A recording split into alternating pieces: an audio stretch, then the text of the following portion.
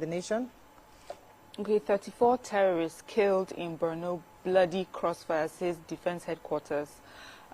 Yesterday, they said they gave an insight into last weekend's fierce gun battle between troops and terrorists in Sabongari, Damboa local government area of Borno State. It was said that although six soldiers lost their lives, our heart goes out to the family of the fallen soldiers. The troops neutralized 34 terrorists and recovered 23 AK-47 rifles in the encounter. This was given by the Director of Defense Media Operations, Major General Edward Buba. He explained that the Boko Haram ISWAP terrorists had attempted to surprise the troops and retaliate for the recent killing of their commander and combatants in the state. And the terrorists were now taken unawares when the troops fighting a patrol returning to base foiled their planned attack as soon as the attack commenced. Additionally, a troop reinforcement team composed of elements of the Civil Joint Task Force, vigilantes as well as hybrid forces timely arrived at the scene to overpower the terrorists. Furthermore, the troops reinforcement encountered an improvised explosive device, injuring the vigilante commander. The reinforcement team arrived timely to decimate the fleeing terrorists. Then he further explained that the air component of Operation Halankai also conducted air interdictions on the fleeing terrorists, after which battle damage assessment was carried out. So on the whole, 34 terrorists were killed, 23 AK-47 weapons were recovered. Troops also recovered over 200 rounds of ammunition, but sadly, we lost 6 of our gallant soldiers. Okay, so I have the Federal Capital Territory Police Command has intercepted a white Peugeot 15-seater bus, popularly known as J5, transporting 59 children to, which have been suspected. They suspected that they are being trafficked. They said the children are between the ages of 4 to 12 years. A team of policemen led by Deputy Superintendent of Police Saki Umar was said to have stopped the vehicle with registration number KMC 283ZJ on the Abuja-Kanu route on January 6. It said that this is a case of trafficking and child abuse, because that the kids, 59 of them, were said to have been going on a training, but they don't believe that because there's no consent from the parents from investigation that they've started carrying out so far, and that also there's no proper documentation whatsoever.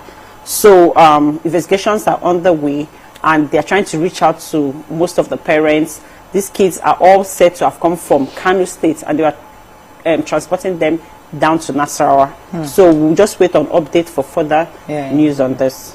Okay, so let me take the story. Mele Kyari, who's the Group Chief Executive Officer of the Nigerian National Petroleum Company Limited, was 60 a couple of days ago, and he was giving during his speech that he actually attended an Almajiri school, and he grew all the way to become the CEO of NNPCL. He was just speaking and giving a speech and thankful to the former President Buhari for giving him an opportunity, and also the current President for allowing him to continue to work as the pioneer CEO of the NNPCL Limited. Furthermore, he was talking about he felt the need to also appreciate God for all that has happened in his life. He said he's indebted to his family. Particularly, what drew me to that speech was that he said that he's been absent for the latter part of his life from his family, friends, because he's serving his nation. So we always forget that many of our leaders are focused so much on governance that their families don't get to see them. Their families enter. So it's my deep appreciation to my family, friends, and colleagues, and my teachers from Almajiri School, and many unmentioned people who have actually helped me to accomplish where I am today. He said this is a turning point in his life, and he seeks forgiveness from anyone he might have offended, intentionally or unintentionally. So happy birthday to him. But it's just interesting. I wanted to check that the telephone tariffs are going to go up very NCC, soon. right? Yeah. They're joking. Everything is going up. It says they met with the Bosun Tijani yesterday, and he has approved that the federal government has approved the new tariff. The CEOs wanted 100% increase, but he says the federal government won't do that one for them. And they said the last increase was a decade ago. So get ready for it will probably happen next month. Okay, moving on now to the Punch. Federal government 9 billion naira e-border project fails to stop bandits and illegal aliens. Emefiele loses bid to stop $4.5 billion, 2.8 billion naira fraud trial. Court orders forfeiture of 228 million linked to ex-governor Orji. Ganduje tackles Obi as APC spokesman receives 200 death threats. Picture story here. Air Chief celebrates NAF engineers for reviving moribund aircraft. EFCC detains 10 officers for stealing cash and gold exhibits. Tension rises as gunmen kill 18 in Imo communities, and backbiters behind my kangaroo impeachment, says Makinde's ex-deputy. Okay, let's take one story for the break. Who has the story? Let me take the Jakpa story. Okay. Oh yeah, I didn't even take that story. So Jakpa, according to Mr. Kingsley Ugwanyi, who is the Oxford English Dictionary consultant, Nigerian English consultant to the Oxford English Dictionary, announced yesterday that 20 Nigerian words and expressions have been added to the Oxford English Dictionary. Some of these words include Jakpa, Agberu, Eba, 419, and Abi. These words, deeply rooted in the Nigerian everyday lives, highlight the influence of pidgin English, street slang, and cultural expressions gaining recognition globally. According to Mr. Kinsey, he expressed excitement over his role in drafting the words and recording their pronunciations. He said that he's actually the voice. If you go to your Oxford English Dictionary online and try to get the pronunciation of these words, it's his voice. And he was saying that it just shows to Nigeria's creativity, our culture, our unique ways of expressing ourselves, and how people internationally are appreciating those words from Nigeria. So I mean, that's a good thing. I mean, it's huge. Not we're just excited that at least we are recognized. You know, it's interesting. Let's go on a very short break. When we come back, we continue with our review. Stay with us. We'll be right back.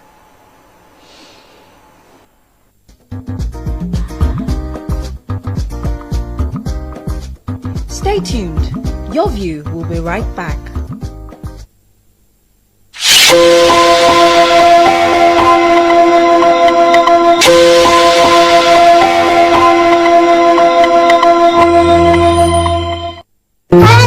Strap in your seatbelt and get ready for the air ride. Every kid is amazing at something, but we call amazing kids Amazinators. Feed your kids with the Golden Penny Amazing Day cereal. It contains protein, fiber, calcium, and vitamin A, which gives your kids the power of 4 to nurture them to greatness. Amazing Day cereal. Nurture the amazing. Pack your bags. Betano is giving you the chance to win an all-expenses day trip to the UK.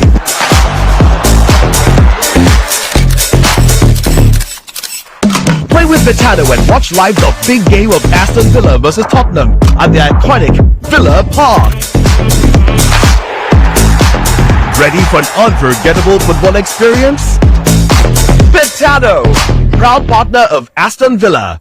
What if upgrading your TV doesn't mean buying a new one? Unbelievable, right? But with the new Airtel Smart Router, you can now watch YouTube on any TV and also get unlimited data for 30 days to stream thrilling Nollywood movies, catch up on football highlights, and keep your kids engaged with edutainment all on YouTube. With the Airtel Smart Router, everyone gets what they love. Get the Smart Router plus unlimited data for 25,000 Naira. Visit the nearest Airtel shop to get yours. Airtel, a reason to imagine.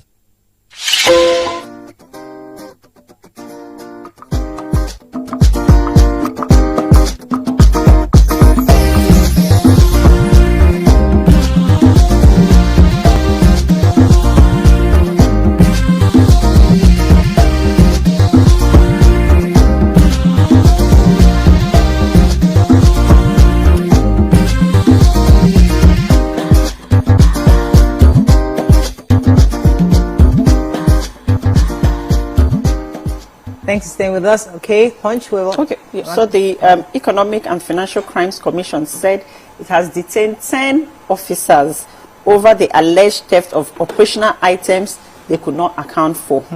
In a statement, they said that they were not going to say anything. They were silent on questions being asked.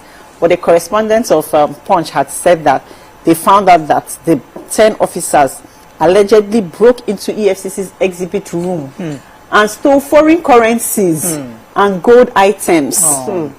And this happened in their Lagos command zone.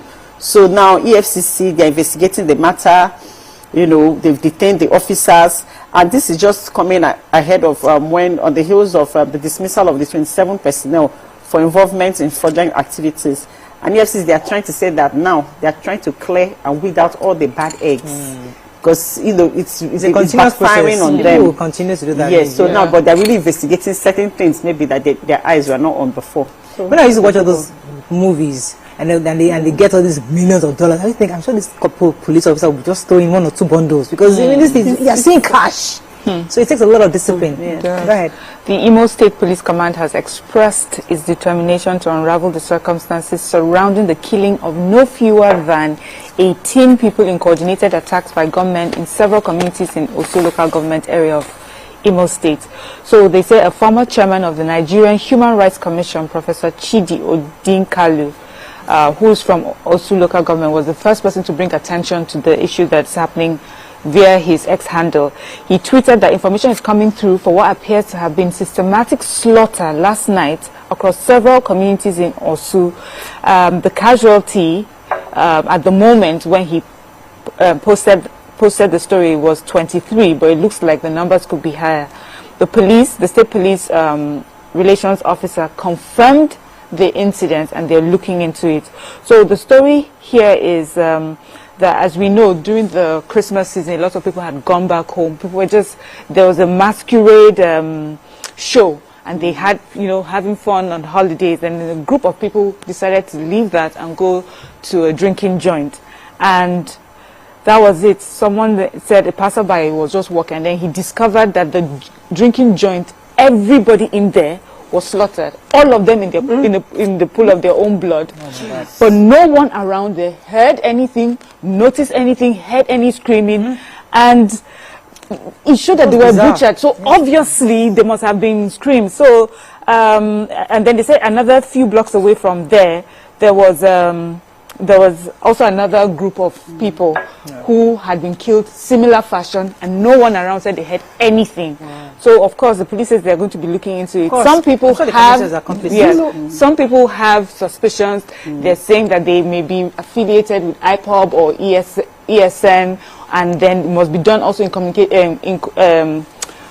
collaboration with some boys in the community as well, because there's no how such can happen and no one heard or saw anything. In that state, their governor just had wedding of the person he has married before. 10 years renewal. Is it 10 years renewal? Grand, you see the flamboyant. That's happening in your state, and you are busy remarrying the same person that you married before. But I'm sure the reason why people are not talking, that of course they are scared that let's not be traced back to me. Most times fear. Okay, Vanguard. Go and find out. Why did you have a story? The national chairman of the All Progressives Congress, Dr. Ganduje, threw his weight behind the embattled National Publicity Secretary Felix Moka. I think Felix Moka had commented on Peter Obi's claim that he's been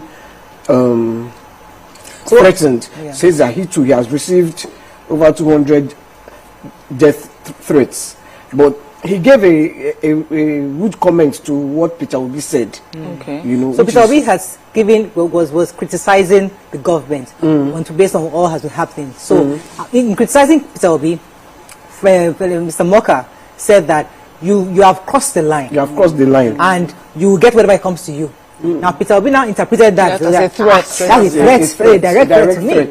And that's what's this whole. That's what's. But why is he? Look, is he not allowed to criticize the government? He should be allowed to. And if I say that you get what's coming to you, what kind of threat? That's not I'm going to kill you either. You can look at it both ways. Yes, you can criticize. If I tell you, why can you get what's coming to you? Am I threatening you?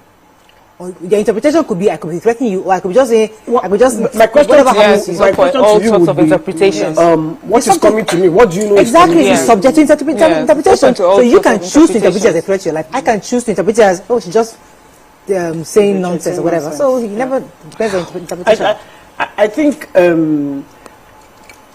our political leaders should be careful of their comments. Yes. I don't think that kind of comment should have come from Moka. Shouldn't have Really? come. I don't You think get so. what is coming to you. You get what's coming to you. What is coming to him? Because the thing is, he's allowed to criticize the government. Exactly. He's an opposition leader. Just as we are also criticizing the government here on the table every day. To now If have someone say is to gonna us, come and tell us, you guys will have what's coming to you. it You may doesn't interpret it as a sound threat. right. It doesn't sound right to He doesn't me. really care. Yeah, you're right. So Bob Marker too needs to watch, because if he's going to be a spokesperson, Yes, you he need needs to speak to properly. speak. Every Exactly. single thing you say Exactly. can be used Yes. against To be you by diplomatic. the people's court. So you're absolutely correct, YK. Okay, Vanguard. States race to build airports as hunger bites harder. I grew from Almajiri School. I took that story already. Businessman asks court to reverse sale of his 43 million naira shares to telecom firm. Wike Fubara others should work with Atal-led committee, says Pandef. FG won't approve 100% tariff increase for telco, says Minister. Obi, I have received over 100 threats, says APC spokesman. Influx of bandits will be checkmated, says police and Amotekun commanders. Alleged $2.1 billion fraud. Court strikes out abuse of office charge against Emefiele and rage over Super Eagles' new coach. Okay, which story are we taking? Let me start with Emefiele. You see, it's interesting. All the headlines have different versions of the same story. And it's interesting because some stories will tell you that, where is it here? Emefiele loses bid to stop 4.5 billion naira fraud trial. That's one angle. Another angle is here suggesting that court strikes out abuse of office charge against Emefiele. So if you read one paper, you think that, oh, Emefiele he has lost the bid. In another paper, you think, oh, Emefiele he has won a few things. But what actually happened in the 26 charge counts against him? The Justice Rahman Oshodi struck out the charge while ruling on Emefiele's preliminary objection. So Emefiele's lawyer had come with a preliminary objection challenging the jurisdiction of the court to hear the 26 count charge, which is what Punch captured. So the judge says we have jurisdiction. That is, you have no say in that one. However, the judge struck out a part and said that in the ruling, Justice Oshodi held that allocation of foreign exchange without bid, which was the subject of counts of 1 to 4 of the 26 against Emefiele, was not punishable under any law. He said allocation of foreign exchange without reason is not defined as an offense in any written law. Therefore, the objection to counts 1 to 4 succeeds and is hereby struck out. So that part of the 26 charges, 1 to 6 or 1 to 4, has been struck out. Doesn't mean that 8 to 26 is still there, it's still substantive. So the trial is still ongoing. Depends on who wants to read the article and understand. So I took the story of the new Super Eagles coach Eric Sekou Shell. There have been reactions from Nigerians who are complaining. You know, I took the story yesterday that he has been made the head coach of the Super Eagles. So a lot of Nigerians are reacting. Most of them are commenting on the fact that where are the Nigerians? Why aren't Nigerians being? Why are they sidelining Nigerians? And the Ike Shiviru wrote.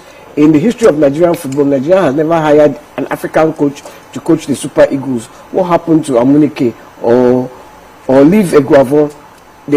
There is even some sincere there, you know. So most of them are. Haven't we ever had a Nigerian coach? We had for a short Stephen period. Keshi.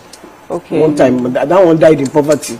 You know, they didn't pay him his money. It was Eventually, Pashola gave him a house, I believe. But a few things, I think but still, you should treat them properly. Yeah. If it's a foreign coach, you give them everything. Another guy tweeted, "This is an insult to the thousands of qualified Nigerian coaches we have at home. Let me see how their experiment goes. You are paying a Mali coach $50,000, but can't pay a home-based coach up to 30 million. So that's we do that to ourselves a lot. There was an event I went to where the company brought in foreign speakers, paid them in dollars. The Nigerian speakers were asked to do it, come and do it for free. And they said, absolutely not. You know, because we don't treat that. We always water down what's ours. And we have more substance, really, because but they're speaking from their own experiences. We speak from our own experience. Okay, can we move on? I have a story. The Pan-Niger Delta Forum, PANDEF, has reiterated to its call on the Minister of the FCT, Mr. Nyesom Wike, and also Governor of Rivers State, Governor Fubara, as well as the other parties involved in the ongoing crisis in Rivers State, to continue to work with the high-level Peace and Reconciliation Committee led by Obong Victor Atta, former governor of Akwa Ibom. So if we recall, PANDEF was constituted October 24 last year in Port Harcourt, and the prominent members, Senator Emmanuel Ibok Essien, amongst others, and they're saying that this committee comprised of some of the most respected, accomplished and patriotic Nigerian elder statesmen from that region, and they've accepted to make personal sacrifices to intervene and resolve the current political conflict in the state, as they find it to be counterproductive and wasteful. So they're asking these two individuals, the FCT minister and the governor of Rivers State, to please work, and other parties to work hand in hand, as they need to nip this bud. This in the bud, because it looks like this may lead to other crises, and I believe we've been getting this. It's fun for gist and talking about this one yabs this one jabs at this, or someone makes a policy that is not constitutional just to get back at another entity. So I hope that they can, for the sake of the people in Rivers State and in that region, that these two people can work together with PANDEF to resolve whatever issues that they have. Okay, so I have a story. So the federal government said yesterday that it has no desire to revive the botched Nigeria Air project with Ethiopian Airlines. This comes amid inquiries about a reference to the revival of the National Carrier Project by the Permanent Secretary, Federal Ministry of Aviation and Aerospace Development, Dr. Ibrahim Kana, during a handover ceremony. Remember on Monday, I taken the story where we're excited that we're going to have a national carrier at least during this administration of President Bola Ahmed Tinubu. But he said that even though this is a mandate that's been given to him, there is no that even though this is a mandate that's been given to him, that the project which was suspended which was done and suspended by the former minister would not be in line with the Ethiopian Airways. So maybe they will come up with any other collaboration that they want to do, but not with Ethiopian Airways. All right, so final paper, Nigerian Tribune. So there's a story I wanted to take. The picture story I thought was really important. You have the story, I do. Fantastic. Yes. I'm happy. Okay, so the white telecom tariff will go up, but won't be by 100%. And then the picture story, Nigeria Air Force revives aircraft grounded for 23 years. Please take that story. Save the best for last. Yeah. The Chief of Air Staff, Air Marshal Hassan Abubakar, has commended military engineers and technicians for successfully reactivating a Dornier DO-228 aircraft that had been grounded for, guess what, 23 years. Abubakar commended the 5 engineers, 40 technicians for their dedication and described their achievements as a statement to the Nigerian Air Force's commitment to self-reliance and resource optimization. And for me, I'm just really, truly proud. Yes. We always act as if Nigeria, nothing can happen here. It doesn't, but we have technicians who are able to revive an aircraft that has been dumped for 23 years. That's huge for me. So congratulations to the guys, and I hope this will also inspire Nigerians to know that we can actually do it. We have engineers amongst us who can actually build, and hopefully we can begin to start and do more. I beg, I forgot in this thing. Somebody's birthday. My cousin Shegun Bokne was his birthday yesterday, and I forgot. Happy birthday, Shegun, forgive me. I hope you can see. Forgive us. Forgive me. I thought today was 8. I was even fighting them in the. Do Agbalagbas worry about birthday matters? I was even fighting them. I don't know. Today is 8. Today is 8. I said do Agbalagbas worry about birthday matters? YK. Are you all right? This is wondering. I'm just asking. No question. What was that thing Moka said? You get what's coming to you. It could be a box of flowers. It could be a box of flowers. Please leave that one. All right, let's go on a short break. When we come back, we'll look at we continue our hot topics. Stay with us. We'll be right back.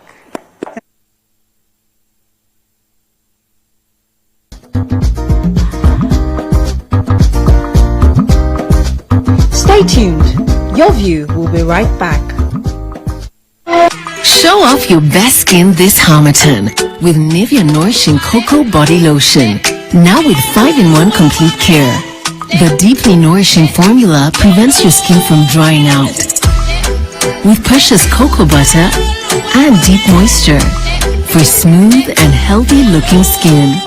Love your skin this Harmattan with Nivea Nourishing Cocoa 5-in-1 complete care.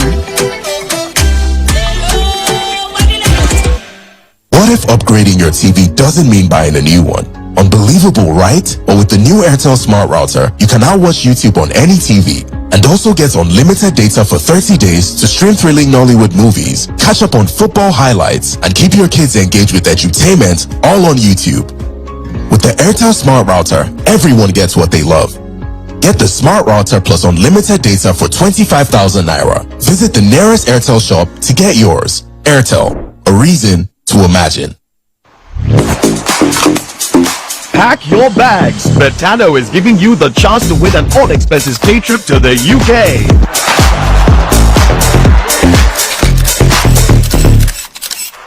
Play with Betano and watch live the big game of Aston Villa versus Tottenham at the iconic Villa Park. Ready for an unforgettable football experience? Betano, proud partner of Aston Villa.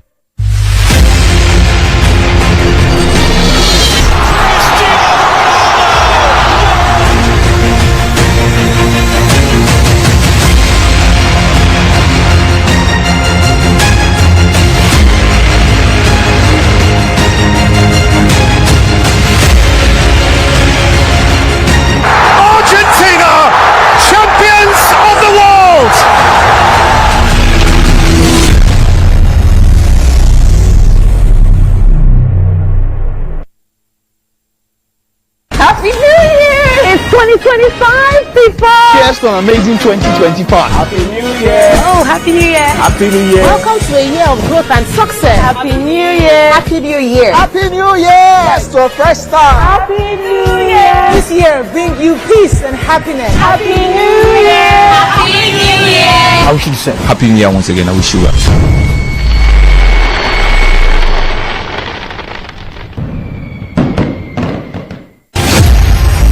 Maya Angelou was a civil rights activist, poet, and award-winning author known for her acclaimed 1969 memoir, I Know Why the Caged Bird Sings, and her numerous poetry and essay collections. Angelou was born on April 4, 1928 in St. Louis, Missouri. Angelou had a difficult childhood. Her parents split up when she was very young. Around the 1960s, Angelou lived in Ghana working as an editor and a freelance writer. Angelou also held a position at the University of Ghana for a time before she joined a community of revolutionist returnees exploring Pan-Africanism and became close with human rights activist and black nationalist leader Malcolm X and Martin Luther King. In 1961, Angelou appeared in an off-Broadway production of Jean Gennett's The Blacks with James L. Jones, Lou Gossett Jr. and Cicely Tyson, and went on to earn a Tony Award nomination for her role in the play Look Away in 1973 and an Emmy Award nomination for her work on the television miniseries Roots 1977, among other honors. Angelou's career has seen numerous accolades, including the Chicago International Film Festival's 1998 Audience Choice Award and a nod from the Acapulco Black Film Festival in 1999 for Down in the Delta. She published 7 autobiographies, 3 books of essays, several books of poetry, and is credited with a list of plays, movies, more than 50 honorary degrees, and television shows spanning over 50 years.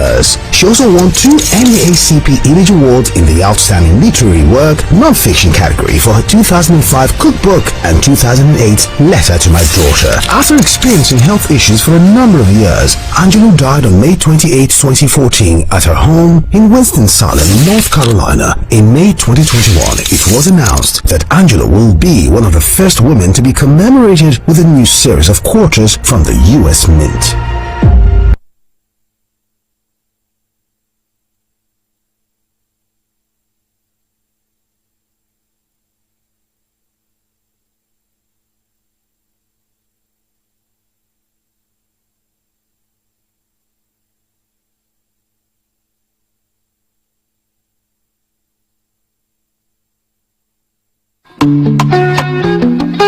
Get ready to step into the heartbeat of your city like never before. Welcome to Events Diary, where every moment is a celebration. From the electric energy of Owambe extravaganza to the richness of our culture to the sophistication of corporate gatherings, Events Diary is your VIP pass to the hottest gatherings in Nigeria. And guess what? I'll be your guide, your style icon. Each week, join me as I transform from traditional chic to corporate sleek. Whether it's a birthday bash or a high-profile gala, you won't just see it. You'll feel like you're right there with me.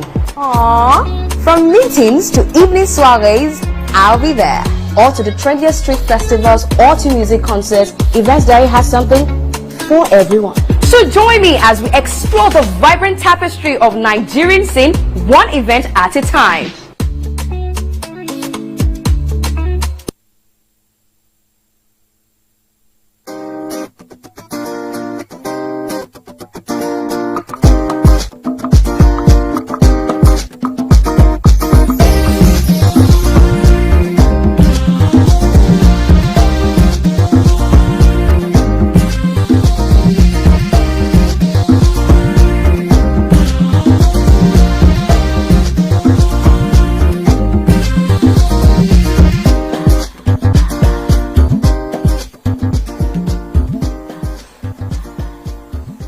Thanks for staying with us. A classroom teacher, as many of you know, in one of the primary schools in Ikorodu here in Lagos State, identified as Stella Nwadigo, was arrested yesterday after a viral video leaked of her physically assaulting a 3-year-old pupil in her class for not writing as instructed. The shocking footage that quickly went viral has sparked widespread outrage and raised serious concerns about the safety and welfare of our children in our educational institutions. Now, what are your thoughts on this? Because many of us have expressed our views on this online, but we'd like to hear it here on your view. You can call us on 081-7641-679-090-241-63440. You can also send your messages on X and on YouTube. We'll be happy to read your thoughts. We also saw the video, quite disturbing, I would say. And many of us have, we've had children and we've seen how it can be very difficult, some kids, in getting them to do certain things, you know, and I can understand the frustration of an adult when you're trying to tell a child what to do.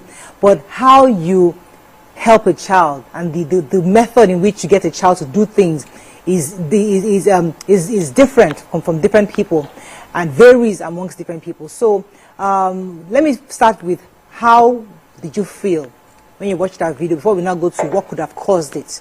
What are your thoughts on that video? Who would like to go first? I know that when I watched it, I was screaming, and I was in the car with my son at the back, and I just kept saying, Jesus, Jesus, you know. It was like, what's happening? Because I could not believe that we still do that. Now, would I say I was surprised? Like, this is, unthinkable, does not happen. Of course I was not. But that, you know, that we still have incidences where a woman, a teacher, thinks that that's the only way to handle a child, you know, that's learning. It was so sad to watch. It was so heartbreaking. And for me, it just shows why we have a lot of issues in our country with a lot of people. First of all, that boy may grow up and never want to be in school, and we'll just say it's a bad boy or it's a bad child, but we forget the part that as adults we have played in the lives of these children. Why do you think a 3-year-old deserves any kind of hitting for learning something? He's writing numbers and you slap him. Okay, I understand that we have a culture where you are meant to not spare the rod. Wasn't there a kinder way that you should do it? You see, that's why I always say that I'm not for hitting people. I'm not for beating any children. Figure out a way to punish children. If this child had reported, the most she would say is, I beat him, and the family is upset. The child was not doing his work well and I beat him. And you know how beating is subjective. Everyone has a way that they describe it.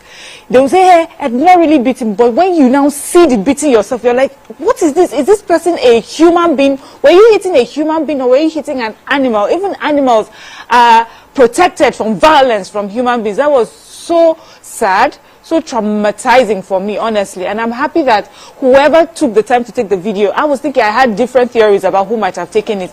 I'm thinking maybe another colleague who's seen her behave like that, and maybe the school did not take any action towards her behavior, decided to do this. And I'm grateful for that person. But really, that she did it so comfortably. Well, she thought they were all children. Nobody's watching her. She can get away with it. But to do it so comfortably Let me get away with it. So that watching that video was really traumatic for me, in the sense that why do we send children to school? Why do we as adults even go to school? To seek knowledge. And this is a child. Why? How dare you punish a child for not knowing? Do you understand? Like, a child is writing numbers. The child doesn't know how to write. He's trying to write number 6 on what I got from the video, and you're hitting the child for not knowing. You are not qualified to be a teacher in any way or form. Are you even a human being? Who hits someone for not knowing? It's okay not to know. This child definitely is going to be traumatized. How does a parent save money, this hard economy, send their child to school to learn, and then you traumatize that child for not knowing, for trying to learn? Then this child goes back home, doesn't want to wake up in the morning. You know, sometimes when kids are traumatized, they start wetting the bed. It starts affecting the child in certain ways. They might not want to eat. And you're wondering, why is my child so cranky? Why is my child acting out? You don't even know that it's just this wicked human being that is doing that. How can you, is there no other way? That, you know, you talked about, like, is there no other way to punish a child? Why should a child be punished for not knowing? There's no punishment in not knowing. Some kids are slow learners. Some kids are faster learners. With kids that are slow learners, the reason why you're qualified as a teacher to train children, because not every teacher, not everybody can train or handle kids. The reason why you're there to train kids is because you have empathy. It's because you're kinder, you're nicer, you're different from other people. Amaka, I hear you, but let's say before I come to YK, let me put things in a bit in another perspective, because I don't want us to pretend like what Mariam said earlier, that let's not pretend like this, we've never heard this before, or this didn't even happen to some of us growing up, because we live in Nigeria. Many of us have watched foreign movies and how they pamper children. Yes, we've seen, because we are exposed. But there are many people who don't have that exposure. What they know is how we were raised, where they will knock your head. Like, you couldn't write, you can't draw a circle. They will pull your ears. I still pull my child's ears because his handwriting was poor up until going to years 5. And like, you are about to write common entrance, for heaven's sakes. Why is your handwriting like that? So this is us. It's just that this time there is a camera. Now we are all judges. But the truth is, this is who we are. So shouldn't we be pointing the fingers to ourselves just as much as we are pointing to this woman? Yes, you're right, what she did was wrong. But it's not just her. She's just a scapegoat because there's a camera. Culture. But all of us have done it, and we've done it to people, and they've done it to us too. So why do we blame one person because, oh, we have better exposure today? Mikey? I hear you, and you know, like you say, most of us, that knock on the head, it came. Yeah. That our brains go, maybe that's why we are all not normal in Nigeria. Because they have given us so many knocks on the head. And who knows what they have shifted in our brains. You know, I think the problem is that this was a small child. Very small. They were saying, the video was saying he's 3. I think he's older than 3. He may not be a big 3. Have you seen my child when I was 3? That child can be 3 years old. Well, maybe I can't watch the video. I tried to watch it just now when you were talking, Amaka. Those kind of because I can't. I hate people being cruel to children. You know, so I really can't. That when we employ teachers, I think we need to.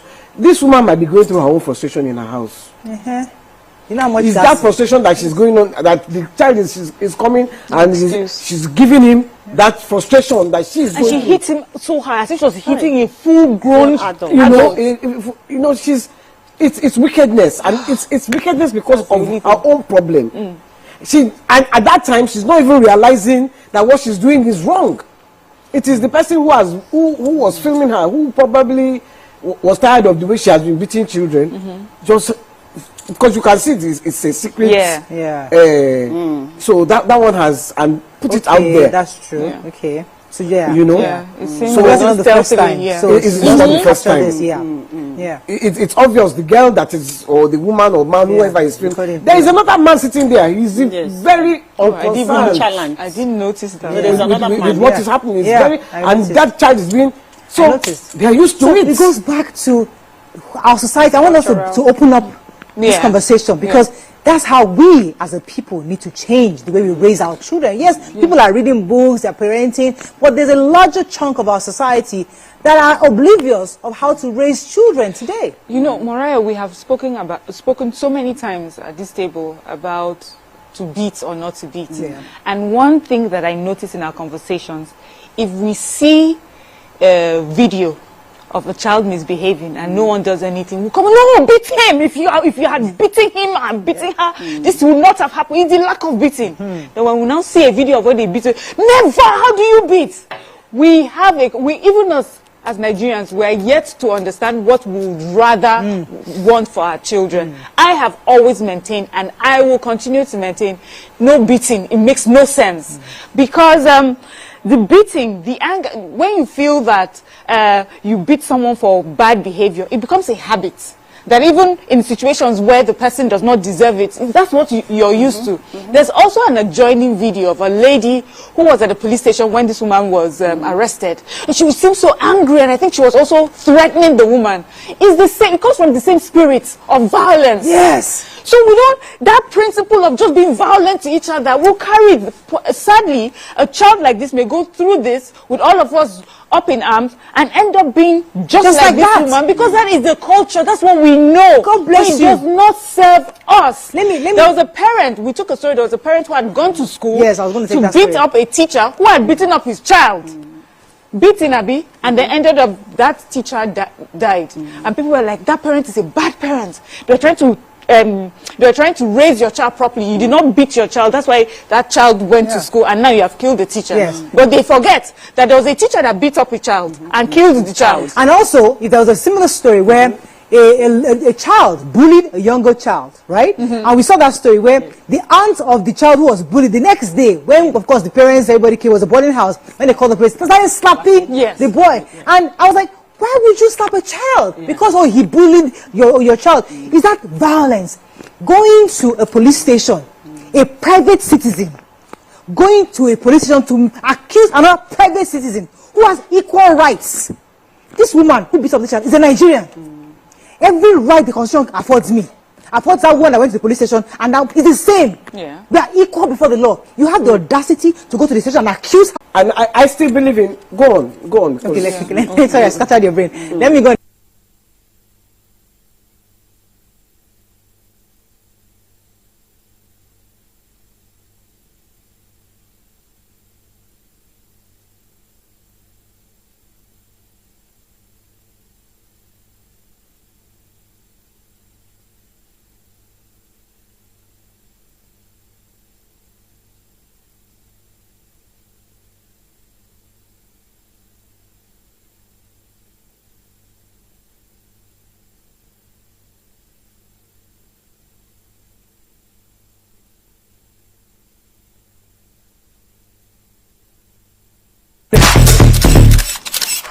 Play with Potato and watch live the big game of Aston Villa versus Tottenham at the iconic Villa Park.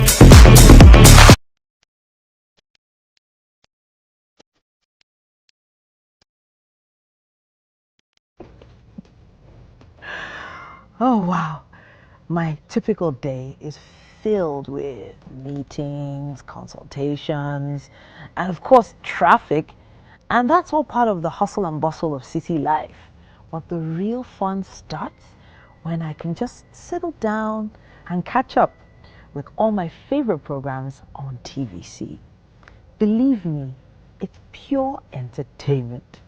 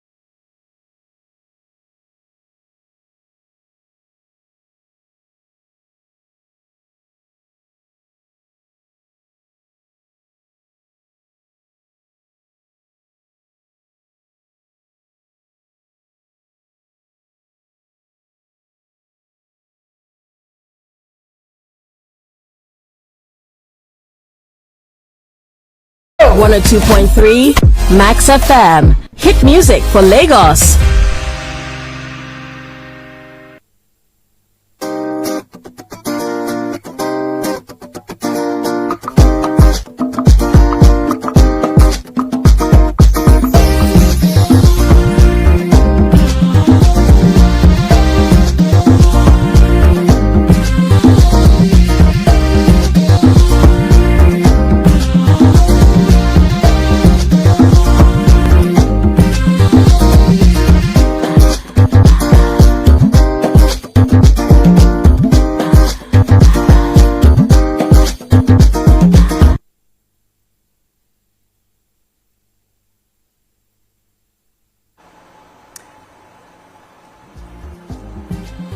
Thanks for staying with us. We're still discussing about the video that went viral. And later on the show, we'll be speaking with the Permanent Secretary, Youth and Social Development, Mrs. Oke Osonyitulu, later to let us know what kind of charges they plan to press concerning. Because I'm looking at them, I'm wondering, okay, how do you press charges? I mean, what are the various charges? And we'll hear from them later. But I know somebody else. Yes, I was going to say, why are you done? You were saying. Continue. Okay, so I was going to say that one of the comments I also noticed, I picked out underneath this, is someone said, this child did not even flinch, really. It shows that there's a culture. Maybe this child is even used to being beaten. So as we're talking about this woman in school, a teacher in school, some people come from homes where they're hit like that. They slap them around, they beat them so hard that even what the teacher may have done that we saw did was maybe nothing compared to what they see at home or have gone through at home. So this fight is not just against this one woman in this school that was caught on camera. It's for all of us. Let's decide what works. Waike, you made an example. You know, you said when you were at school you were beaten. I remember my math teacher too in school. What he used to do when you failed the test, how many marks you lost, you bring your hand out and he would hit you for the number of times, and then he will give you sweets for the number of times he hit you. So if you lose 4 marks, you get 1, 2, 3, 4, and then give you 4 sweets to go away. It was not out of anger, because what I see here is you're not hitting a child to correct the child, you're not hitting the child to teach them anything, you're hitting the child because you're upset and you're angry, probably with the world and all your issues, and you've just found someone who is vulnerable, who cannot stand up to you, and you're hitting the person in with all your emotions, and that is what we're talking about. I still don't, as I'm saying this, I'm not saying that beat children, but I can understand where you take measured steps towards the punishment. This is what I'm giving you. This is the reason why I'm hitting you twice or 3 times. And you cannot flog person endlessly because the person has done something wrong. 1 or 2, you know, 5 is, for me, when you start getting to 5, it's too much. And then for a 3-year-old, for children in primary school, I don't get it. Yes, there are stubborn people. There are children that are hard to, you know, contain. And especially if that child also already comes from violence. Maybe you feel that, okay, this method has been used for this child is what I can use. But I've seen where children who have come from violence adapt better when they are treated with kindness. And so we need to learn the different ways. But you know, this is not a problem of this teacher. It's a problem of Nigerians as a whole, as our culture. We don't know what we want. We have not yet chosen specifically if we want beating or no beating. I have the Permanent Secretary waiting on the line. Good morning, Mrs. Oke Osonyitulu. Good morning. Good to have you to join us this morning. So this story that has been going viral, and we know that the lady in question has been arrested. Could you give us an update on what the police plan to charge her with? Sorry, say that again. Could you give us an update on what the police are planning to charge her with? Well, because she's under the custody of the police at the moment, I will not, the police, because they're still investigating, they're not sharing the investigations with us. All I can tell you now is that the teacher is in police custody.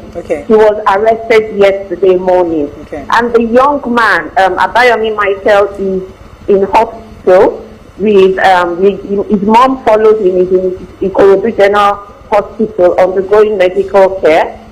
And then after that, when he's released from hospital, he's going to require counseling. Really? Why did he go to the hospital? What happened exactly? Were there physical injuries? Were there physical injuries? Yeah. Did you watch the video? If you watch the video, the force of the beating that young man got was very very hard. So we needed to take him to hospital to rule out any problems with him medically. Yes. Well. Okay, so let's go back to the conversation. No, let's finish the question. Okay, so sorry for her. Okay, yes. So what I want to find out, like for the teacher, right? Is there in the school, is there a yardstick if corporal punishment is accepted within the school system or not? What is applicable? Because even if you're just arresting the teacher, what's also applicable within the school system to also know if the school will be part of the people that will be charged in this kind of situation? Is that for me? So, Mr. Tony, so let me rephrase Amaka's question. Really, for Lagos State government, is there a particular standard that has been approved for schools to carry out punishment on children? Exactly what I was going to ask. Yes, we have child protection laws that apply to schools, that applies to teachers. So that is used as the yardstick for teachers when it comes to punishment for students. So yes, there is a yardstick. Okay, do we know if there's a conversation with schools? You know, yes, there's one thing to have policy, but are there conversations with schools to teach them why, you know, this sort of punishment is unacceptable, to forewarn them of... Okay, I'll start again. There are regular meetings with schools, the Ministry of Youth and Social Development, along with various other ministries, Ministry of Education, Ministry of Information. We have DSVA, that's the Domestic and Sexual Violence Agency. We have regular meetings with schools to update them, to tell them how to treat children. Yes, there is a regular meeting. Okay. So let me just finish the question. I was going to find out if you got feedback on why maybe some schools will insist on still doing this, and if they are aware that there are punishments attached to behaviors like that. Have you ever gotten feedback of where they are insisting, you know, this is what is best for these children, and why would they think so? Yes, they get feedback. They get feedback, and we're always open. We're always going to the schools to give them updates if there are any changes in the laws that we have, if there's anything new that we need to pass on to them. So we visit the schools as well to let them know, and there's trainings as well. We train the teachers. We're always in communication with the schools and the school management when it comes to child protection. Okay. So is beating allowed in school? Are teachers allowed to beat at all? No, that's a capital no. Capital no. There are no beatings allowed in Lagos State schools anymore. No. What are the acceptable punishments? That is a capital no. So I can also allude to that because I've worked with the former Commissioner of Education, Mrs. Folashari Adefisayo, and they had started introducing something called EcoExcel, where they had a format on what you do to discipline a child, and she had done some spot checks, which I had followed her too, where she saw a cane and she immediately accosted and said, "Why do you have a cane? I thought we stopped this thing." And now I was trying to defend why he had it. So I agree with you, Pamsek, that they have stopped caning, but I guess what is concerned of us is that who is monitoring to ensure across schools that more spot checks are being checked and schools across board know that there is something they can be punished and sanctioned if they are seen hitting a child. Aware of the consequences. There is an agency, Office of Education Quality Assurance. That is one of their mandates. And they go on regular spot checks. They don't go alone, like I said. There's a task force. There's a task force that involves the school social work unit of the Ministry of Youth and Social Development, Ministry of Education, Ministry of Information. So this task force, they go out on a regular basis. They go out on a regular basis to update the school management, to update teachers, trainings are always available for fully paid by the state government for these teachers. Okay. Thank you. Let me let you go at this point. But yeah, go then ahead. schools also need to be aware. They need to be aware of the type of teachers that they employ. Yeah, you're right. You're absolutely correct. Yeah. I wanted to add one more. The type of people that they employ. Yeah. It goes beyond being able to teach. Yeah. It's also disposition of the person. Okay. And then where violence happens in a school by a teacher, of course, towards a child, the school itself, is the school held responsible for the action of a teacher? Yes. Good. The school is held responsible. We're having a meeting with the school management tomorrow. Okay. Tomorrow afternoon. Okay. Just to do a follow-up and the way forward. Okay. Was that a private school or a public school? Private school. Sorry? Was that a private school or a public school? I didn't get that. Okay, I think we're having some audio issues now. I have to let you go because thank you very much, Pamisek Osanyitolu, for joining us today. We'll still try to reach out to the Nigerian police. Hopefully, maybe Benjamin, CSP now is no more Superintendent of Police. Now, CSP Benjamin Hundeyin might be able to reach out to us so as to let us know what the update is, what charges are they going to be pressing on that woman. But you see, I can also attest to what the domestic violence unit is doing in Lagos State, because I remember, I think I've shared this story before, there was a particular lesson that my daughter was attending, and so the lesson unfortunately was shut down by Lagos State government. And what happened, a parent had reported the lesson to the state government, saying that they beat up a child. And the child, was really bad. Of course, because my child was with the school, I was directed out to me that, please help us call. Who do you know? Mariel, please help. They shut down the school. And I was not thinking what happened, saying because we disciplined one of the children, and then the parents shut us down. It. So me, because my child is there, I just called Titi, the revival herself. She picked up my call. I said, sis, this is what I heard. This school, they shut down. They said that one of the parents reported the children.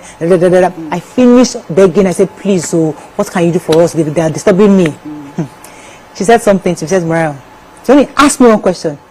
Have you seen the picture of the beating? I said, no. She said, I will send it to you, because if you see it, you won't make this call. She said, it's that bad, Mariel. So she didn't even respond to me. She said, I will send it to you. The moment she sent it to me, I just kept quiet. I told you. This child was black and blue. Because the fair skinned child. So they beat up the black, and it was really bad. So the law took its course where they shut down the lesson for a period. Of course, now eventually they had a back and forth. They had to go to court. They had to do everything, because we signed to now. They had to ensure that parents signed off to say, you can beat my child. Even with that, you have to tell me why. There has to be a reason. So the processes were put in place. So I understand that. So what she's saying that the government has put things in place to make sure that it's one second, Mariam, let me but as we need to come back to the discussion on the table. Yes. We're talking about beating up a child that was trying to learn. Not a child that maybe went and molested on that child or abused on that child. Let's come back to the conversation. A child that is slow in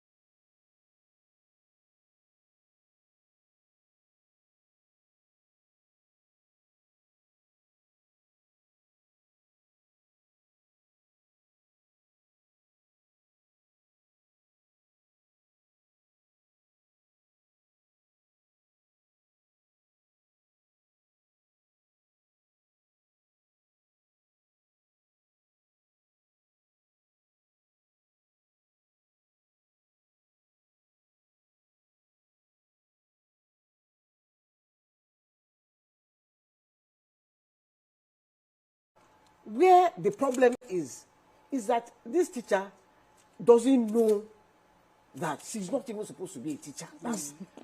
That is her first problem. We don't know that. Why, Keo? After further investigation, we find out that this woman might actually be a qualified teacher. You'll be shocked. Well, see, people are coming from different places. There is qualified and there's qualified. Because it's not just pen and paper. Go and write and exactly. That is our own problem. Everybody is school. But the real, she has to be a trained psychologist, they train these. There are so many things before you treat a child of that age. Right. You're that you have to go through. Okay. So if you don't go through it, you have no knowledge. You think that the answer is come, ha. All right. You can go and give the child, and the child will now faint. You say you didn't know. So why can I hear you about all the trainings that you say, right? And then maybe we'll look at this particular picture and think... kindness. Good, that's where I was going. I said we can look at this particular picture. I have to pause it. Beauty has been bold. I'm so sorry. Okay. Beauty, thanks for calling. Apologies. Hi, good morning. Good morning. Go ahead, please. Beauty. Oh, yes. I just want to support the last caller. Okay. Talking about teachers. Even if you are a trained teacher, before you get employed, because here in the UK, we have what we call the DB. We call it the School Drug and Barring Service. They have to check that teacher if he or she has any criminal record related to children. That is number one. And then secondly, in school, now there are things like training for special educational needs children. Because some children, they always have challenging behavior. And these teachers trained on how to manage such behavior. Because here in the UK, I just graduated from school and I'm teaching in a primary school. We have some disruptive behaviors. And the only way you can handle that, of course, we don't use cane or anything. But you need to know where that child is coming from. There is always something triggering that behavior. So if that child needs help, there's a way to give that child a certain help the child needs. So for the teacher to physically abuse the child, irrespective of what the child does, is very, very wrong. Thank you, Beauty. Thank you. Yes, so I was saying that, you know, when you talk about all these trainings, you're likely to hear people say, these are low-income schools. How much money do they have that they can put towards training or things like that? But for me, what is most important, as you said, kindness, common decency. That you don't hit, at least that one does not require any fancy training. You know that as a human being, when you're in relation to another human being, there's the common kindness and decency that you must always employ when you're dealing with human beings. When you're dealing with children, there has to be some sort of empathy and, you know, even further kindness for those, for children. Now, you know, this beating, a lot of children have been beaten. We're saying dyslexia, we're even going far. A lot of children have been beaten, not because they don't know how to learn, but because you that's teaching them, you don't understand the method to teach. It's not as if the child is not bright. Have you seen situations where a child will be in a particular class or with a particular teacher, and that child has been termed the dullest child ever, and moves on to another school or another teacher, and the child is so bright? So the problem was not the child, but the teacher. So this dyslexia, autism, yes, eventually we found out children have been beaten for eye problem alone.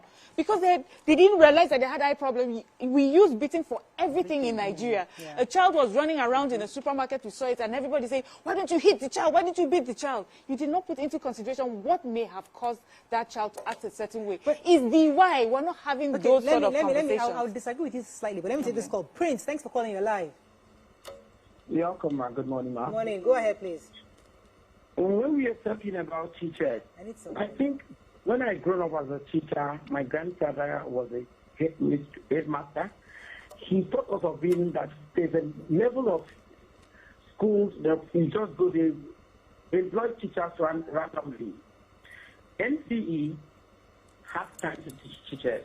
They give them backgrounds, how you need to become a teacher, those levels of education you need to observe. But I observe a lot of schools because of BSc, people they just employ teachers because they have BSc.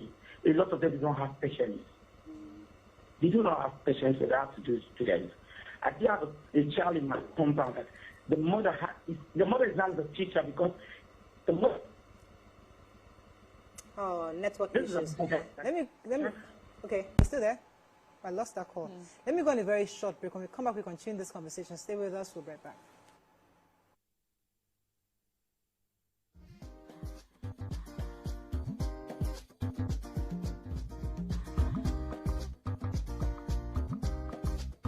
Stay tuned. Your View will be right back. Hello, TVC Communications. How can I help? What makes TVC the right choice for my business? Excellent question, sir. Let me share some exciting facts with you. Start your day on TVC Entertainment with Wake Up Nigeria, a family and lifestyle show. Your View empowers women globally. It's your view, let it count. Entertainment Splash delivers the hottest celebrity trends. On TVC News, we keep you informed with breaking news and in-depth analysis of events shaping the world. I will continue to speak the truth. TVC News at 7 and TVC News at 10 p.m. delivers the most important stories of the day. Max FM, your hit music radio station, captivates listeners daily across Lagos and Abuja, making every commute more enjoyable. Adaba 88.9 FM is not left out, as it is the voice of Southwest. And on TVC Digital, we reach to million viewers daily. All together, pulls in over 17 million viewers daily. Contact us on 0707-272-8338 or marketing at tvccommunications.tv. Partner with TVC Communications today. Let's grow together.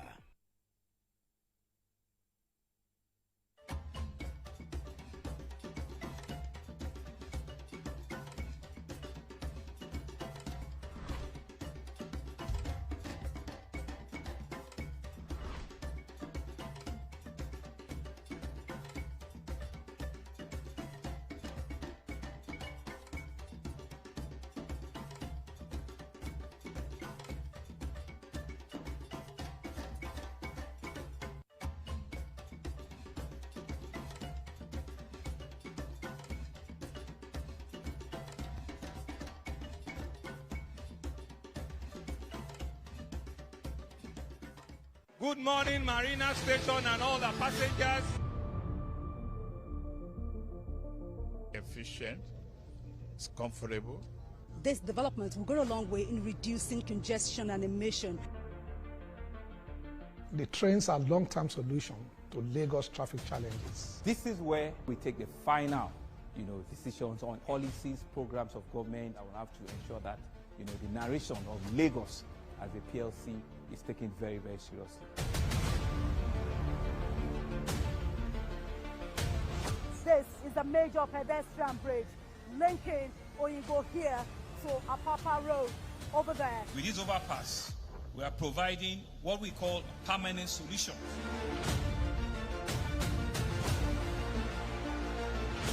This place is one of the most dangerous areas at the biosecurity environment. This can go into the means and every crumbs of your neighborhood. Our goal is to remain as Africa's model megacity, to move our GDP from the 5-6 position to the 3rd position, and we believe is achievable with all the commitments we have. Explore the city of Lagos, where dreams are made and possibilities are endless.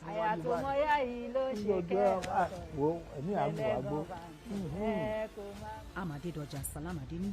I live in Lagos, inside Lagos.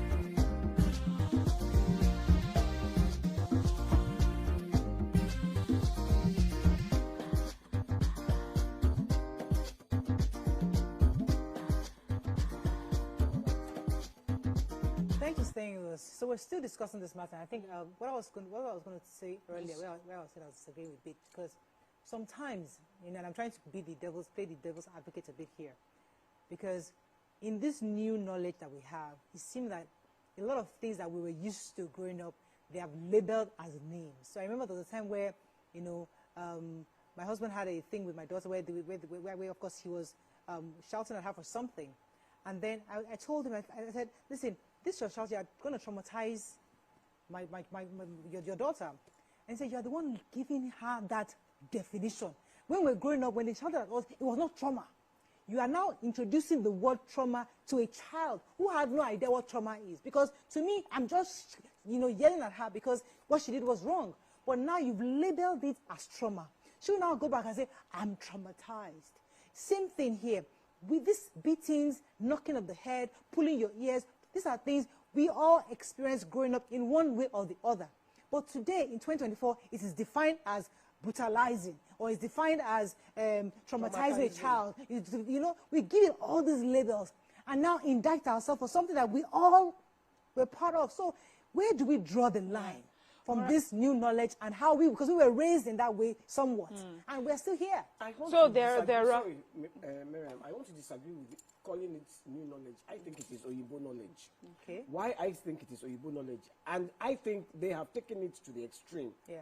To the extreme, to the point where they start to inquire from kids. Child, yeah. Do your parents beat you at school? Yeah. Do. At home. And they do it, and I've even heard that they take these children away from their parents, and they put them in worse places. They put them in places where they are sexually abused. Yeah. I know a family that they have taken their children, a Nigerian family, because you know Nigerians will discipline our children. The child went to school and they asked the sister, and said, my mommy beats them. They took the 3 children. They took the 3 children. And they're not going to bring those children, take them to a better place. Yeah. So I think... So we don't nip this in the bud today. Yeah. In the next 20, 30 years, when we get to that point where they are now. My cousin, his son, called police for his mother. My cousin in England, where my mother is. So you see, let us know where is discipline. Exactly. Because this is what Miriam was saying. Let us define our own discipline. Yeah. Hey. So this is, you know, I hear you, and we have to be honest that people have taken these words, turned them into buzzwords, and have abused the use of the words. I mean, there are so many psychologists and coaches everywhere here and there, you know, pick up some scientific words that you do not even understand the origin and how it plays out, and then use them for everyday language. And I know that trauma and all those things are some of the words that we tend to throw around now. So I'm accepting that can be an issue. That is an issue. But we also have an issue here, at least in Nigeria for now, is that we still have issues where children are being brutalized in the name of discipline. The way that child was handled was not wrong. Was wrong. I mean, if the word brutalized is used for that child, for what that child went through, it's correct. That child was brutalized. Do you understand? So is the word now that, are you using it appropriately for what is happening? There are, just like you said, you know, you gave a story of a child that was brutalized in that school. But how did the school write it to you or describe it to you? They said, we just disciplined the child. So the truth is, unless we're able to write out 1, 2, 3, 4 in specific details how this punishment has to be meted out, it is up to all sorts of interpretation. What is brutalization to you may just be a little hitting. What you have described as, that was the way I was raised, we didn't call it trauma, we didn't call it whatever, does not mean that some people were not traumatized by that sort of behavior. There were people that were beaten so bad that they started wearing glasses. And they were in class with some people who would describe that same teacher as, well, he just hit us. The truth is, when it gets to a certain degree, to the point that it's causing physical harm, that child was taken to hospital, causing emotional harm, then you're brutalizing, you're causing trauma. And sometimes if you don't name, you know, there's something they say generally for illness, that sometimes you're going through something and you're worried what it is. But because you don't know the name, you don't know what it does, then you're confused. But when you name it, you know what it is, you know how to deal with it, you know. So this is what, for me, 1 second, can I hold you for a second? Chibuza has been holding. Okay. Chibuza, thanks for calling. Yeah, You're live. Go ahead, please. Yeah, please, I'd like to, I'm a first-time caller, I'd like to discussion. We have allowed civilization to slap us on the face. We are missing it. We are Africans, we are not Westerners, we are not Americans. We adopt everything in totality. Now, we know, in Igbo, we say, Ukonya Nenwenwa. Teachers have lost their respect. A lot of teachers are not trained. In those days, after teachers, after parents, you count teachers. Teachers have been relegated to the background. We adopt everything Ojibo is telling us. The Bible says if you spare the rod, you spoil the child. Okay. Some of us still remember teachers who taught us, who flogged us, and made us what we are. Today we say traumatized. You don't do this, you don't do that. Parents go to schools and fight teachers. You people now, you don't monitor, you don't regulate those who are supposed to teach. A teacher is next to parents. You tell your child, you flog your child, you beat your child in your home. And when the teacher touches your child, you run and go there and fight the teacher. We must not imbibe everything the Westerners are telling us. We are Africans. Okay. What has been said. Thank you very much. How Europe underdeveloped Africa. Please, let us restore the teaching profession. Let us regulate those who teach. You must be humane. You must thank you very much. You must be, yeah. Thank you very much. Yeah. So this one that we are saying that we shouldn't beat children, kiniko. Can we still be punishing children? That's the question. Because growing up, we had this one, Omolokuya. Yeah. That's exactly. We had that one. Yes. Frog jump. Frog jump. You must do it. And I did many of them. Stood down. Yes. Yes. So, because when you do it, when you see the child doing it, you will be pitying the child. No, I don't be saying. You will be pitying the child because try and squat and see how painful it is. Because after some time, the child will start crying. Yes. Yeah. Now, in some crimes, that is brutalizing. Hey! That is assault. That's what I'm saying. So it depends on you who know that one that you do like this. Stood down.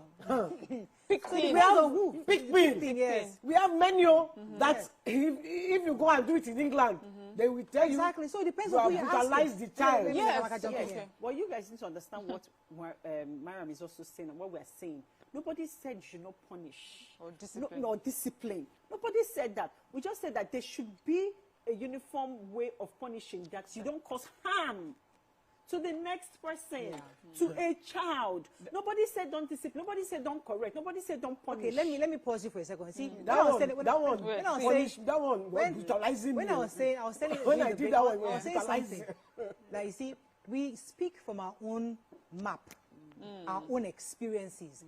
I have had the privilege to go on inspection with the former Commissioner for Education in Lagos State. And we've entered some corners. The kind of children in your nice schools, and then from the certain children in certain group, where as you're entering like this, they're looking at you like, who are you? So there's some kids that you will feel that, okay, this person might need a bit of iron hand because of where they're coming from. Maybe because they are children of certain types of people where they know only brutality from home.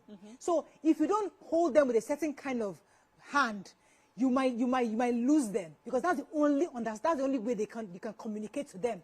If you're nice and soft, you will not get those children. Some teachers will tell you that the reason why I use that method is because that is the only language this child understands. So as much as it doesn't make it right, but we must understand that there are different levels of people in our country, and not use the lens of the matured, of the exposed mind to see everybody. Everything, which is so true, and we would not, pretend that we're not aware of this. So, of course, I've never lived in America, but we've watched enough movies to know about their complaints about inner city schools.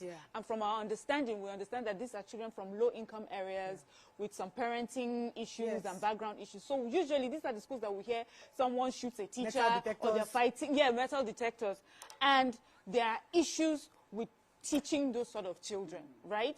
But here, and we see that their struggle. But I'm wondering why a school cannot also be seen as a safe place for children that come from that kind of background. You go to the schools that you're talking about, they're used to brutality and violence, and then they come into a space where you are firm. So you'll be taught how to be firm and how to discipline them properly, but also that they're eager to come. See, many of the challenges that children from this background have, they'll tell you there's really a lack of routine for them. There's a strong parental influence, or even that influence is usually violent. So if you know that these are the sort of children that are coming to this school, what are the measures that you're going to take as a school system, as a teacher, as a government, also understanding that these are the sort of children we'll be dealing with? Other governments in different countries, they think about it, But to just say, for me, I'm just insisting that there are different ways that we can discipline Nigerian children. And even with the beating, right? I'm sorry, do you have a call? Yes. Let me take the call. Abbas from Ikorodu, thanks for calling. Who was I lost that. It was my said that cut you. So even with the beating that we're talking about, I told you now we're hit with canes. And I think that there can be a decent way to do it. So one of the things I feel that we lack when we're disciplining children or a younger one is that we refuse to ask the why. Why is this child behaving this way? And so if you know the why, the appropriate punishment is given, or the appropriate behavior, whatever it is that is needed, is given. There was a time I said I struggled with my son. I felt like he was always, testing me. And, I would talk to people who have children in my son's age group. I've been online, and some of the resources I realized many things are common amongst children of a certain age. I also understood the science behind it. Sometimes their frontal lobe is not properly developed. The part of their brain that teaches them about controlling their emotions and their thoughts and getting feedback and working on that feedback. And so some of their behaviors would look like they're testing you. They don't mean to test you, because I felt like this boy will go to bed and thinking, right now, how do I test my mom today? It's not him, it's his, and there was a way to handle it. If I had gone with just beat him, maybe I'll beat him until he passes the stage and I'll think, my beating really dealt with it. Look at the stage we are at now, it's my beating. No, science itself has shown me that he would mature to a certain point, and those things that I'm struggling with, I will not have to struggle with anymore. But have I put in measures and other disciplinary actions within the, that can still guide him and show that and make him grow into a sensible young man? I'm doing that, but I'm not going to use beating and hitting, because I've seen how it hasn't helped so many people. So it's the brutalization, brutalization I can't to learn. Well, many people might not have access or the exposure to understand that, okay, I can actually find out, do research on this behavior. But your government can. Okay, so that's where I want to come in through the government, and then to answer Mariah's question in the sense that when it comes to, there's a call for reform, and when it comes to reforms, it's not one size fits all. And this is where the Ministry of Education has to work with local governments to know what is sustainable within our local government area. For the schools, this local government area, there's lots of violence, there's lots of things, these children are exposed to this, that. So what kind of punishments can we use within the school system? So it's not the same one that you use in in place A that you use in place B. So it's now left for the Ministry of Education to work with all local governments to decide what policies in terms of punishments, you understand, and discipline works for a certain area. So that's an answer to what you said, Mariah. Let me take Coach Paul from Abia. Thanks for calling. Hello, Coach Paul. Good morning. How are you? Good morning, sir. Well, you're live. Yeah, I want to say something about the teacher beating up the boy. It's not good. The teacher in the school is to train the children, the students. Even if they are doing something wrong, you not tell them that this thing you are doing is wrong. Direct them to do something right, not to beat up the student as if he is a thief. This is not good. You understand? Maybe if they don't have done something wrong somehow, that he deserves to be for you to beat him. Just give him a little soft beating. Beat him in a soft way. You understand? Not to beat another person just like as if he's a criminal. That is no. It's not good like that. Thank you very much. They should learn. So there's something that we talk lazy parenting, which is also lazy teaching, because the easiest thing to do is just to beat, because we all look up. So instead of me to find out, just like Mariam took a step further to go online to ask questions first from her friends, and then go on, why is my child behaving this way? Many of us don't take that time out. So we prefer the easiest way. Just put him, give him an igbaron or slap it to reset it, and we laugh about it. I reset his brain. For us it's normal. Reset his brain. I'll just give him one slap and reset his brain. But the truth is that we know today that children have various levels they are in per time. And we as parents should be a step ahead, where we know and we understand them and guide them through those phases. But teachers too must have, just like one of the callers said, after parents are teachers. So as some private schools are investing in training, I remember a school that was part of their strengths was saying that we are able to raise autistic children. We have trained teachers. There was their pride that, listen, we have a number of children, they blended into the system, and these children come out, graduate, and they're amazing. So they have taken out the time to train their teachers to be able to manage different learners and in children, because there are different behaviors. Some are dyslexic, some are different opposition, different systems that you have to employ to help these children. But some schools don't have that. No. And who's ensuring they do? Many will say we don't have the capacity to do it. How much is our salary? How much is my own salary? So there's so many levels to this. And that's what you said, the government therefore should be above, to step ahead, where we are going to provide you the resources you need to ensure that you're able to manage different kinds of children. Another thing that happens, I think, in this part of the world is everybody can start a school. Anybody can start a school. Just because I went to your university, living room. And I think I have a degree in whatever I have, I'm going to start a school, put some incompetent people together, and you start a school. There are no checks and balances. So I think all these, having mushroom schools everywhere has to stop. That mushroom school that you said, so that's the dilemma with being in Nigeria, is that sometimes these mushrooms, so on the good side of these mushroom schools, is that they're able to step in, close the gap between, the fewer government licensed schools. They're able to, we have children everywhere, and not all of them can get to some locations because of how far it is. And so they're able to close the gap, and also economically close the gap as well. But this, as I said again, I think this is where we reiterate government intervention and involvement. Make the mushroom school a part of your project, so that you're protecting the Nigerian students in those schools, or the Nigerian children in those schools. You're the eyes and ears for the children and their parents to protect them while the school does the business of schooling.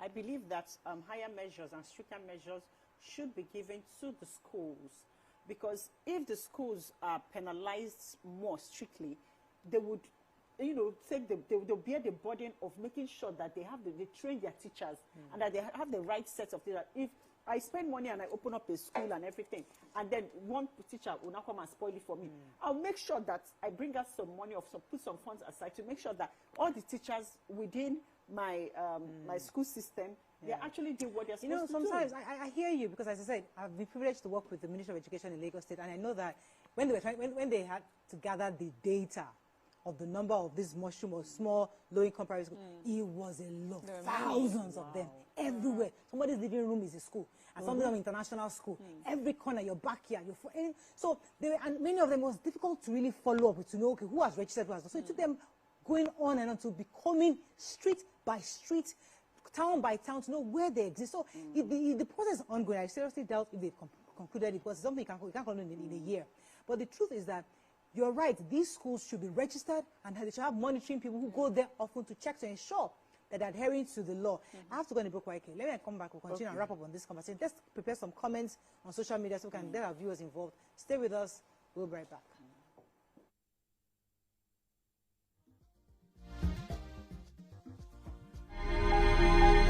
Entertainment to me is everything. Entertainment is surrounding myself with loved ones, family, watching some good television shows, TV series, listening to good music, and taking a trip around the world, seeing new places and interacting with different people, and also having a feel of different culture and people all around the world. So for me, I would say entertainment is life. It's larger than life.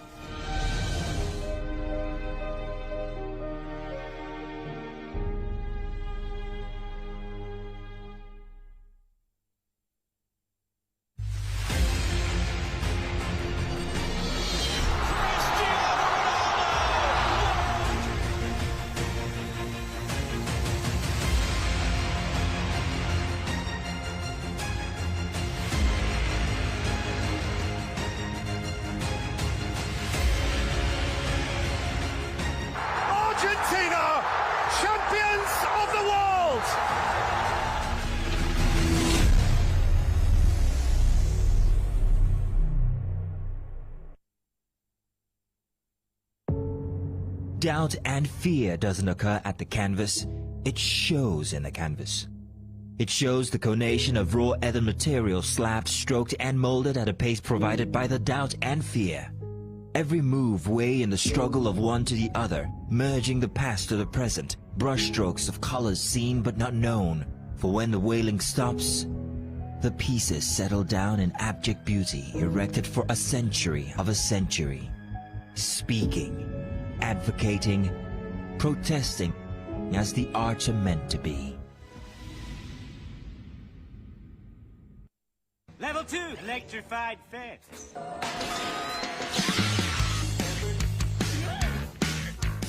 Terrifying. Let's get out of here.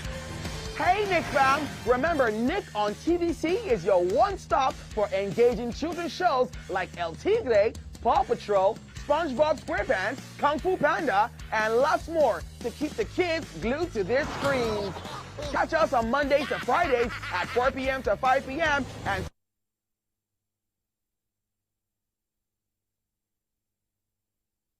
the time has come to experience the power of faith, music, and praise. This is the Max Urban Gospel Chart Show. Every Sunday from 10 a.m., tune in to catch the pulse-pounding beats and soul-stirring melodies that will elevate your faith and leave a lasting impact on your heart.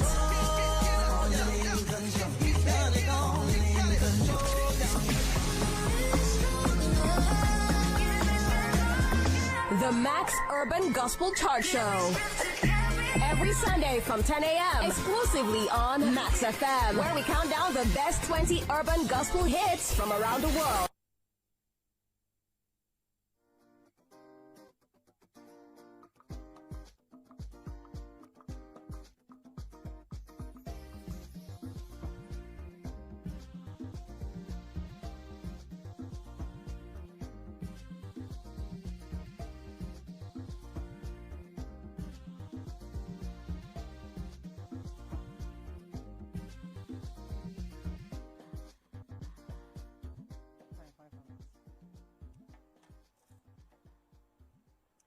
Thanks for staying with us. Let's take a few comments as we begin to wind down.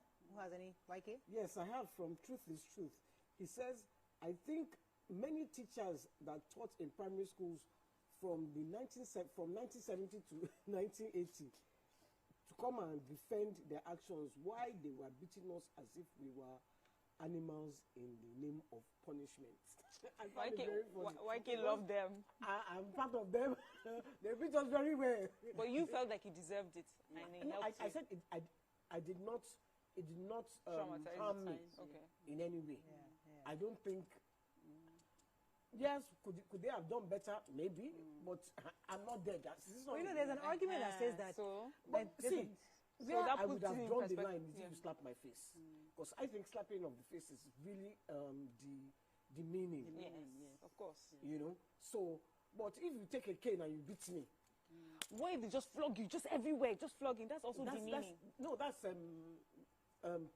brutalizing. All of if you take a cane and you flog someone, when Nigerians say stuff like, "They beat us when we were growing up. Look at us today. Are we not here?" And I'm thinking, who exactly are you today? You didn't create an airplane. You didn't invent anything that I can see. You are probably here working for Mr. Johnson and getting a 100,000. So the thing is that with all the beating, how many of us have invented anything? But YK gave you the answer. She said, "Look at me, I'm not dead." That's what it means. That's what they get. That they are not dead. The point I'm trying to make is at least we're not dead. The beating they beat us didn't help our creativity to be creators. We couldn't even create a mug. It was not about being create the phone. We didn't create. Them alive. It just kept us alive. It kept us alive. Yes. Hold it. All those it's you by yourself that will come here and say, "Oh, Nigerians are doing great things in America." Most of them, it's here they started. Yes, it is here they trained. I agree. They beat them too. They beat them and they became creators there. No, it is the environment that doesn't allow us to create. Let me take YK up on that one. Yeah. When our people go there, they shine because you know what we have collected the punishment from here. We refine them here. So they're not necessarily going there to create, they're going there to blossom. What I'm saying is that here in Nigeria, when they beat us, we are not able to innovate and start and rebirth something to make us who we are. It is so. Let's look at that young boy's example. When I watched it, I said, this boy would never ask a question in his life. Yes. Because she has shown him that, and then he will always doubt himself. Do you understand? Which means wherever he finds himself, he's going to doubt himself. He's going to be so afraid to speak up because he just might get a slap. Thank you. No, I can't let her finish because all of us have agreed on this table that what that woman did was wrong. Oh, yes. What that woman did, we have all agreed. Yes. But we are saying there are some punishments that we can collect here. That is will make us blossom when we go there. We will not blossom. Listen, we will not blossom here because the system is not in and we have place agreed for us to blossom. And I have agreed. So I have agreed to that. When you see Nigeria say they beat me and look at me today. I'm alive. Person that said might be the doctor that operated inside the womb and corrected brain in America. And that God has that guy. Whether they didn't beat him. Let me rephrase so you understand me. I agree with you. That beating, because I told you too that when Nita was here, they would tell us to go and find, we draw cockroach from scratch.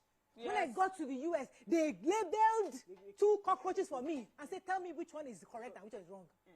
So it's different ways of so I agree with you. They refine us, so you have to go and learn it from scratch. Yeah.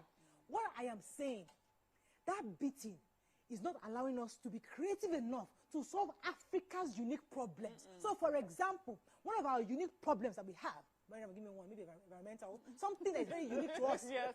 We have a serious unique problem because you have allowed me to question things. You have allowed me to fail and fix it myself.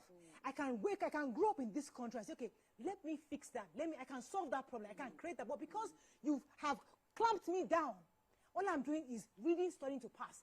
That helps the Oyinbos to blossom because I'll go to their country and I'll blossom. Yes. But it doesn't help me to create and fix my own African unique problems here. So it's not the beating that is causing that. It is the system of education. It's not the beating because there are some schools. Listen. Because are you trying to tell me that we are how many people in this Nigeria, in this country, and we've not been able to solve our electricity problem? It's corruption that's causing that one now. Yes, so why you're even making the point? Is it the beating that caused corruption? You know, with all the beating, your generation is the front runner of the corruption we're talking about. Yes, It's not my generation. Whose generation? It's not my generation. Whose generation? Don't even go there. Whose generation? Who's Obasanjo's generation? Don't even try me. What? You and Obasanjo, what's the difference? 20 years. There's a big difference. He's 80-something, I'm 60-something. What? Don't even go there. It is your politicians that are old men who have refused to leave that place. So. Yes, you're right. Obasanjo's generation, yes. Your own generation is all I'm saying that generation we are victims. Our generation, we are victims. No. We are victims. The Gen Zs that are coming now are just the poor, unlucky ones. Why? We are victims. You are enablers. Because you are the children of the politicians. You people are the children that the politicians are giving space now. No. Yes, your generation. What are you? Are you millennials or what? Millennials. Why can't I say that so many times? I'm wondering what I've got to. Your generations are the politicians' children. We are the victims. Our own generation, 60-something. Anyways, we are suffering. We are not politicians' children. I'm the moderator here. Let me. Where she was going to. When you moderate with fairness.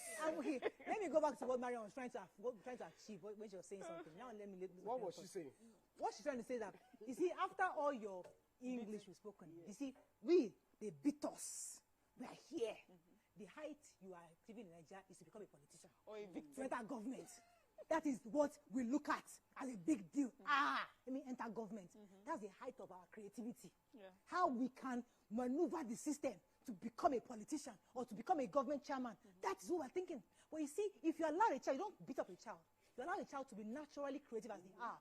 They are able to look beyond getting into governance and see how they can actually solve problems. That's what I'm saying. So, your generation is the generation that actually made it look as if politics was something for us to come and start. It's not our generation. I say it's not us. Your generation was the one that made it easy. It's your people now. You are the children of the politicians. So it wasn't just the generation, maybe the military time, they maybe started this. Babangida, your generation were the beneficiaries. Yeah. You were the one that set the tone. We are us. You set it. You set the tone for us. Excuse me. I need to correct you. Okay. Because you see, it's our generation that faced government. It's our listen. Okay. It's our generation that faced government. We were the people That's true. The human rights activists. It's our generation. Yes. Okay, you're right. You are called the human rights activists in your own generation now. All of you are politicians' children. All of Me, you. I am not a politician's child, please. I am most of you. Most of you. They are giving you contracts. They are giving you go abroad. School, they come back. They go to school abroad. They come back. There are many millennials that are listening to this work and saying, no, you're not talking about these Gen Zs are the ones that are suffering it now. Okay, we have to wrap up. Please take comments on social media. Yeah, comments. No, the three of you. Can you imagine? I'm the only non-millennial on this table. It's fine. This is your baby. We need another millennial, another baby boomer. Wait, just wait. On this show, I have I have a few minutes left. I need to take comments on social media. Let them be part of our show, please. Let's take comments. Someone says, who gave them the license to operate? There's all these mushroom schools. They should all be shut down. I think we lack planning as a people. It now looks like even the government is overwhelmed. They can't be shutting down because we need to. Children cannot be out of school because what the person is trying to say is that government cannot say they're overwhelmed. If they have license to operate, that means they have the data of all these people. And they cannot say they are overwhelmed. They have the data, but okay, that's a complicated conversation. Any other comments? I think Otumba sends me. Otumba Karim says, good morning, ladies. The action of the teacher is a reflection of untrained teachers we have today. Furthermore, I am concerned about the Ministry of Education's licensing process, which seems to be granting approvals to unqualified applicants. In my opinion, schools should only be a license to educators who have the knowledge, competence, and expertise. There should be strict adherence to rules of education, most especially the qualifications required for payment in private schools. Okay? He says, I doubt a society like Nigeria will reach a consensus on doing away with physical punishment for kids anytime soon. For now, the advocacy has to continue. Yeah, I think I agree with YK. YK, you're actually right. Your generation was probably the one that actually fought for our democracy. They are the ones that sacrificed quite a bit for where we are today. So we give you that. I think you're absolutely correct. They confronted the military, and they were the ones that birthed this new regime. But we always did not appreciate the value that they brought. So we are seeing the millennials. I'm not going to speak for all millennials. I see where you're coming from, but I also think that your people also, your generation could have done much more to educate us, to take full responsibility of the democracy you guys gave to us. I think. Okay. Can I read this? Okay. Bobby Roland says, YK, you are wrong. Beating does not make you creative. What has all the beating done for Nigeria? We are one of the most corrupt in the world, despite the beating. Let's stop the medieval. Exactly. So, I just wanted to answer him. I didn't say beating makes you more creative. I said... Keeps you alive. It keeps you alive, yes. It keeps you alive. That is all we can take on today's show. I can close the show now. Thank you very much. I don't think there's anything else to say, YK. Thank you. It's okay. He has shut you up.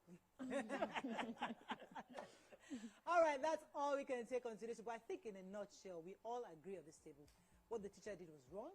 More has to be done by the schools and the government. And also, more importantly, we as a people need to look inwards, because this woman did not act out of character of the Nigerian. She acted like the average Nigerian. So let us not crucify her because she was one that was caught on camera. Many of us do exactly the same thing. So we need to look inwards and then come up with how do we want to raise our own children such that we can discipline our children but not brutalizing them. So it's her today, but we don't know who it is tomorrow. That's all we can take on today's show. Hope we learned a few things. We'll see you tomorrow. Bye for now.